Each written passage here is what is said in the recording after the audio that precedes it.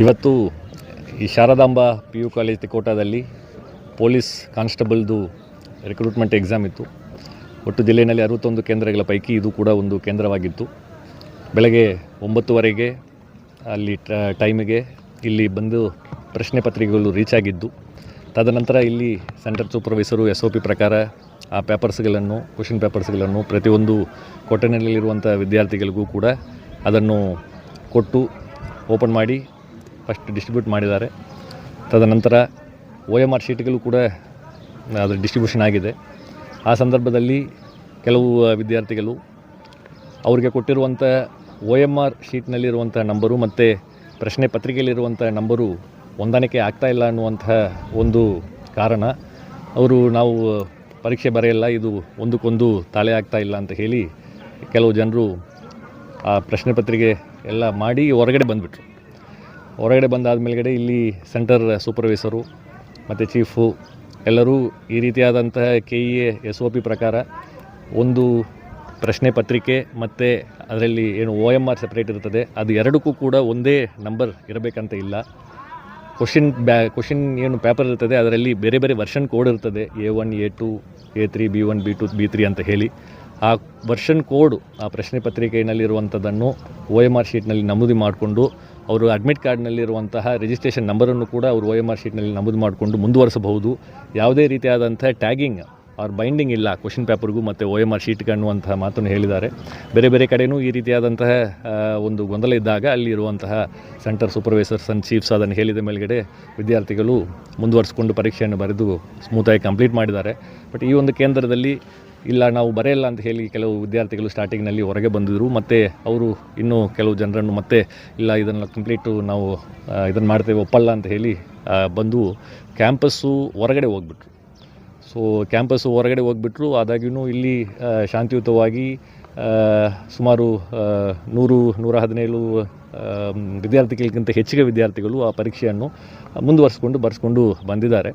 ಮತ್ತು ಇವರು ಹೊರಗೆ ಹೋಗಿರುವಂಥ ವಿದ್ಯಾರ್ಥಿಗಳು ಮತ್ತು ಇಲ್ಲಿ ಪೊಲೀಸ್ ಸಿಬ್ಬಂದಿಗಳು ಅವರು ಮತ್ತೆ ನಾವು ಒಳಗಡೆ ನಮಗೆ ಅಲೋ ಮಾಡಬೇಕಂತ ಹೇಳಿ ಒಂದು ಅಲ್ಲಿ ಗಲಾಟೆ ಆದಾಗ ಇಲ್ಲಿ ಇಲ್ಲಿ ಪ್ರಿಮೈಸಸ್ ಬಿಟ್ಟು ಹೊರಗಡೆ ಹೋಗಿದ್ದ ನಂತರ ಮತ್ತೆ ಒಳಗಡೆ ಬಂದರೆ ಅದು integrity of the examination process violate ಆಗ್ತದೆ. ಎಕ್ಸಾಮ್ SOPನಲ್ಲಿ ಆ ರೀತಿ ಮಾಡಲಿಕ್ಕೆ ಅವಕಾಶ ಇಲ್ಲ.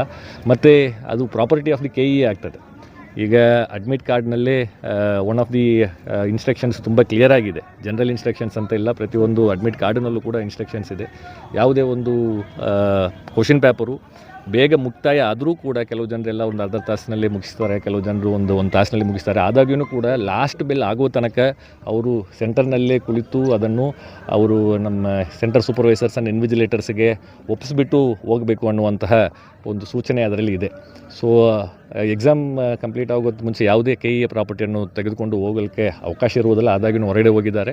ಹೊರಗಡೆ ಹೋಗಿ ಮತ್ತೆ ಇಲ್ಲಿ ಎಕ್ಸಾಮ್ ಬರಿತಾ ಇರುವಂಥ ಕ್ಯಾಂಡಿಡೇಟ್ಸ್ಗಳಿಗೆ ಅವರು ಪ್ರಾಬ್ಲಮ್ ಕ್ರಿಯೇಟ್ ಮಾಡುವಂಥ ರೀತಿಯಲ್ಲಿ ಮತ್ತೆ ನಾವು ಒಳಗಡೆ ಬರ್ತೇವೆ ಅಂತ ಹೇಳಿ ಸ್ವಲ್ಪ ಗೇಟನ್ನೆಲ್ಲ ಪುಷ್ ಮಾಡಿ ಗಲಾಟೆ ಆಗುವಂಥ ಸಂದರ್ಭದಲ್ಲಿ ಪೊಲೀಸ್ ವಿತ್ ಮಿನಿಮಲ್ ಫೋರ್ಸ್ ಅದನ್ನು ಹ್ಯಾಂಡಲ್ ಮಾಡಿದ್ದಾರೆ. ಸೊ ಅದಾದ ನಂತರ ಎಕ್ಸಾಮ್ ಪ್ರಾಸೆಸ್ಸು ಅವ್ರಿಗೇನು ಈ ಒಂದು ಕಮೋಷನ್ನಿಂದ ಅವರಿಗೆ ಟೈಮ್ ಡಿಲೇ ಆಗಿದೆ, ಆ ಟೈಮನ್ನು ಕೂಡ KEA ವತಿಯಿಂದ ಒದಗಿಸಿಕೊಟ್ಟಿದ್ದಾರೆ. ಅದರ ಪ್ರಕಾರ ಇಲ್ಲಿ ಎಕ್ಸಾಮ್ ಬರೀತಾ ಇರುವಂಥ ಕ್ಯಾಂಡಿಡೇಟ್ಸು ಎಕ್ಸಾಮ್ ಪ್ರಾಸೆಸ್ಸನ್ನು ಸಂಪೂರ್ಣಗೊಳಿಸಿ ಆ OMR ಶೀಟ್ಗಳನ್ನು SOP ಪ್ರಕಾರ ಹೀಗೆ ಸೆಂಟರ್ ಚೀಫ್ ಆ್ಯಂಡ್ ಇನ್ವಿಜಿಲೇಟರ್ಗೆ ಕೊಟ್ಟಿದ್ದಾರೆ. ಅದು ಆನ್ವರ್ಡ್ ಪ್ರೋಗ್ರೆಸ್ಸು ಮುಂದೆ KEAಗೆ ಅದನ್ನು ಕಳಿಸ್ಕೊಡುವಂಥದ್ದು ಏನು ಪ್ರಾಸೆಸ್ ಇದೆ ಅದು ನಡೀತದೆ. Sir, OMR sheet question paper ಇತ್ತು ಅಂತ ಹೇಳ್ತಾರೆ. ಇಲ್ಲಿ ಅದನ್ನು ಕೆಲವು ಕೊಠಡಿಗಳಲ್ಲಿ ಆ ರೀತಿಯಾದಂಥ ಆರೋಪಗಳಿದೆ, ಡಿಲೇ ಮಾಡಿದ್ದಾರೆ ಅಂತ ಹೇಳಿಬಿಟ್ಟು ಕೊಡುವಂಥದ್ರಲ್ಲಿ ಡಿಲೇ ಆಗಿದೆ ಅಂತ ಅದನ್ನು ಚೆಕ್ ಮಾಡಿದ್ದೇವೆ. ಬೆಳಗ್ಗೆ 9:30ಗೆ ಇಲ್ಲಿ ಕ್ವಶನ್ ಪೇಪರ್ ಬಂದಿದೆ. ಕ್ವಶನ್ ಪೇಪರು ಕೂಡ ಪ್ರತಿ ಕೊಠಡಿಗೂ ಕೂಡ ಅವರು ವಿದ್ಯಾರ್ಥಿಗಳು 4 ಜನರು ಸೈನ್ ಮಾಡಬೇಕು, ಅವ್ರ ಪ್ರೆಸೆನ್ಸ್ನಲ್ಲೇ ಅದನ್ನು ಓಪನ್ ಮಾಡಬೇಕಂತ ಏನು SOP ಇದೆ ಅದರ ಪ್ರಕಾರ ಇಲ್ಲಿ ಮಾಡಿದ್ದಾರೆ. ಒಂದು 5 to 10 ಮಿನಿಟ್ಸ್ ಈ ಗೊಂದಲದಿಂದ ಇದನ್ನು ಮಾಡುವುದು ಬೇಡನೋ ಅನ್ನುವಂಥ ಒಂದು ಡಿಸ್ಟರ್ಬೆನ್ಸ್ ಆಗಿತ್ತು. ಬಟ್ ಏನೇ ಆಗಿರಲಿ ಆ ಡಿಸ್ಟರ್ಬೆನ್ಸು ಆ ಡಿಲೇಗೆ ಏನಿದೆ ಅದಕ್ಕೆ ಹೆಚ್ಚುವರಿ ಸಮಯ ಕೊಡಲಿಕ್ಕೆ KEAದವರು ನಿರ್ದೇಶನ ಮೇಲ್ಗಡೆ ನಾವು ಅವರಿಗೆ ಅವಕಾಶವನ್ನು ಕೊಡಬೇಕಾಗಿತ್ತು, ಅದು ಕೊಟ್ಟಿದ್ದೇವೆ. ಬಟ್ ಒನ್ಸು ಎಕ್ಸಾಮ್ ಹಾಲ್ ಬಿಟ್ಟು ಕ್ವಶನ್ ಪೇಪರನ್ನು ತೊಗೊಂಡು ಹೊರಗಡೆ ಹೋಗಿದ್ದಾದ ಮೇಲ್ಗಡೆ ಮತ್ತೆ ನಾವು ಅವರನ್ನು ಮತ್ತೆ ಒಳಗೆ ಬಿಡುವಂಥದ್ದು it is violation of the exam integrity. ಆ ರೀತಿಯಾದಂಥ ಯಾವುದೂ ಅವಕಾಶಗಳಿರಲ್ಲ. It is completely in violation of the SOPs. ಮುಂದೆ ಏನು ಸರಿ ಮುಂದೆ ಈಗ ಏನು ರಿಪೋರ್ಟ್ ಇದೆ, ಈ ಘಟನೆಯನ್ನು ರಿಪೋರ್ಟ್ ಆಗಿ ನಾವು ಸಬ್ಮಿಟ್ ಮಾಡ್ತೇವೆ. ಎಷ್ಟು ಗಂಟೆಗೆ ಏನಾಗಿದೆ ಅಂತ ಡೀಟೇಲ್ ರಿಪೋರ್ಟು ನಾವು ಕೊಡ್ತೇವೆ. ಮತ್ತು ಇಲ್ಲಿ ಏನು ಪರೀಕ್ಷೆ ಬರೆದಿದ್ದಾರೆ, exam integrity with reference to the candidates already ಯಾರು ಇಲ್ಲಿ ಎಕ್ಸಾಮ್ ಬರೆದಿದ್ದಾರಲ್ಲ ಅವ್ರಿಗೆ ಏನು ಧಕ್ಕೆ ಉಂಟಾಗದ ಹಾಗೆ ಅವರು ಶಾಂತಿಯುತವಾಗಿ ಎಕ್ಸಾಮ್ ಬರೀಲಿಕ್ಕೆ ಇಲ್ಲಿ ಎಲ್ಲ ಬಂದೋಬಸ್ತನ್ನು ಸೂಕ್ತ ವ್ಯವಸ್ಥೆಗಳನ್ನು ಮಾಡಿಕೊಂಡು ಪೊಲೀಸ್ನವರು ಕೊಡ್ತಾ ಇದ್ದಾರೆ. ಕೊಟ್ಟು ಈ ಎಲ್ಲ ಪ್ರಾಸೆಸ್ಸು ಸುಗಮವಾಗಿ ಕಂಪ್ಲೀಟ್ ಆಗಿದೆ. ಕ್ಯಾಮ್ರಾ ಇದೆ, ಎಲ್ಲ ಬ್ಲಾಕ್ನಲ್ಲೂ CC ಕ್ಯಾಮ್ರಾ ಇದೆ. ಎಲ್ಲ ಬ್ಲಾಕ್ನಲ್ಲಿ ಇರುವಂಥ CCTV ಕ್ಯಾಮ್ರಾವು ಕೂಡ ವೆಬ್ಕಾಸ್ಟಿಂಗ್ ಆಗ್ತಾ ಇದೆ. ಆ ವೆಬ್ಕಾಸ್ಟಿಂಗ್ ಲಿಂಕನ್ನು KA ಅವರು ಕೂಡ ವೀಕ್ಷಣೆ ಮಾಡ್ತಾ ಇದ್ದಾರೆ. ಯಾವುದೂ ಇಲ್ಲಿ ಎಲ್ಲ ಕೇಂದ್ರಗಳಿಗೂ ಏನು SOP ಇದೆ, ನಿನ್ನೆನೇ ಅದನ್ನು ಟ್ರಯಲ್ ರನ್ ಮಾಡಿಬಿಟ್ಟು ನಮ್ಮ ವೆಬ್ಕಾಸ್ಟಿಂಗ್ ನೋಡಲ್ ಆಫೀಸರ್ ಟೀಮು ಪ್ರತಿಯೊಂದು ಕೊಠಡಿನಲ್ಲಿ ಇರುವಂಥದ್ದು ಕೂಡ ಅದನ್ನು ವೀಕ್ಷಣೆ ಮಾಡ್ತಾ ಇದ್ದಾರೆ. ಸೊ ಇನ್ಫಾರ್ಮೇಷನ್ ಬಂದ ಕೂಡಲೇ ಅದನ್ನು ಅಡ್ರೆಸ್ ಮಾಡಿಕೊಂಡು ಅದನ್ನು ಇನ್ಫಾರ್ಮೇಷನ್ SOPಯನ್ನು ತಿಳಿಸಿ ಸಾಕಷ್ಟು ಕಡೆ ಈ ರೀತಿಯಾದ ಡೌಟ್ಸ್ಗಳನ್ನು ಕ್ಲಿಯರ್ ಮಾಡ್ಕೊಂಡಿದ್ದ ನಂತರ ವಿದ್ಯಾರ್ಥಿ ಒಪ್ಕೊಂಡು ಪರೀಕ್ಷೆಯನ್ನು ಬರೆದು ಮುಂದುವರೆದಿದ್ದರು. ಯಾರೂ ಹೊರಗಡೆ ಬಂದಿದ್ದು ಇಲ್ಲ. ಸೊ ಒಳಗಡೆ ಫುಲ್ಲು ಜಾಮರ್ ಇತ್ತು. ಸೊ ಸಾಕಷ್ಟು ನನಗೂ ಕೂಡ ನೀವೆಲ್ಲ ಕಾಲ್ ಮಾಡ್ತಾ ಇದ್ದಿರ್ಬೋದು.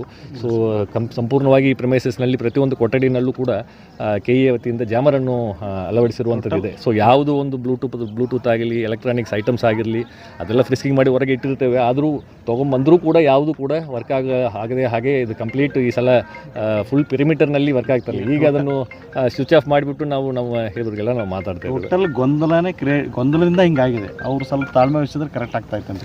ಎಸ್, ಅದು ಪ್ರಯತ್ನ ಅಲ್ಲಿ ನಡೆದಿದೆ. ಅಲ್ಲಿ ಸೆಂಟ್ರಲ್ ಇನ್ವಿಜಿಲೇಟರ್ಸ್ ಆ್ಯಂಡ್ ಸೂಪರ್ವೈಸರ್ ಅವ್ರಿಗೆ ಏನು ಮಾತಾಡಿದರು, ಮತ್ತು ಅವ್ರು ಏನು ಅದನ್ನು ತಿಳ್ಕೊಂಡು ಯಾಕೆ ಅದನ್ನು ಒಪ್ಪಲಾರದೆ ಅವರು ಹೊರಗೆ ಹೋಗಿದ್ದಾರೆ ಅನ್ನುವಂಥದ್ದು ಗೊತ್ತಾಗ್ತಾ ಇಲ್ಲ. ಬಟ್ ಏನೇ ಇರಲಿ, ಅಡ್ಮಿಟ್ ಕಾರ್ಡ್ನಲ್ಲಿ ಏನು ಸೂಚನೆಗಳು KA ಕೊಟ್ಟಿದ್ದಾರೆ ಅದನ್ನು ಕಂಟಿನ್ಯೂಟಾಗಿ ಎಲ್ಲರೂ ಕೂಡ ಪಾಲನೆ ಮಾಡ್ಕೊಂಡು ಹೋಗಬೇಕಾಗ್ತದೆ. ಯಾಕಂದರೆ ಮಲ್ಟಿಪಲ್ ಸ್ಟೇಕ್ ಹೋಲ್ಡರ್ಸ್ ಇರ್ತಾರೆ. ವಿದ್ಯಾರ್ಥಿಗಳಿರ್ತಾರೆ, ಸೆಂಟ್ರಲ್ ಸೂಪರ್ವೈಸರ್ಸ್ ಇರ್ತಾರೆ, ಪೊಲೀಸ್ ಸಿಬ್ಬಂದಿಗಳಿರ್ತಾರೆ, ವೆಬ್ಕಾಸ್ಟಿಂಗ್ ಟೀಮ್ನವರು ಇರ್ತಾರೆ, ನಾವು ಇರ್ತೇವೆ. ಬಟ್ SOP ಅನ್ನುವಂಥದ್ದು ಎಲ್ಲರಿಗೂ ಯೂನಿಫಾರ್ಮ್ ಆಗಿ ಇರುವಂಥದ್ದು. ಎಕ್ಸಾಮಿನೇಷನ್ ಪ್ರಾಸೆಸ್ ಇದು ಯುವಕರ ಒಂದು ಭವಿಷ್ಯದ ವಿಚಾರ ಇರುವುದರಿಂದ ಇದರಲ್ಲಿ ಯಾವುದೇ ರೀತಿಯಾದಂಥ ಕಾಂಪ್ರಮೈಸು ಅಥವಾ ಇಂಟಗ್ರಿಟಿ ಕಾಂಪ್ರಮೈಸ್ ಮಾಡಲಿಕ್ಕೆ ಅವಕಾಶ ಆಗೋದಿಲ್ಲ. ಈ ರೀತಿಯಾದಂಥ ಘಟನೆ ಆದರೆ ಏನು ಮಾಡಬೇಕು ಅನ್ನುವಂಥದ್ದು ಕೂಡ SOPನಲ್ಲಿ ಸ್ಪಷ್ಟವಾಗಿರುವಂಥದ್ದು. ಅದರ ಪ್ರಕಾರ ನಾವು ಕ್ರಮ ಕೈಗೊಂಡಿದ್ದೇವೆ.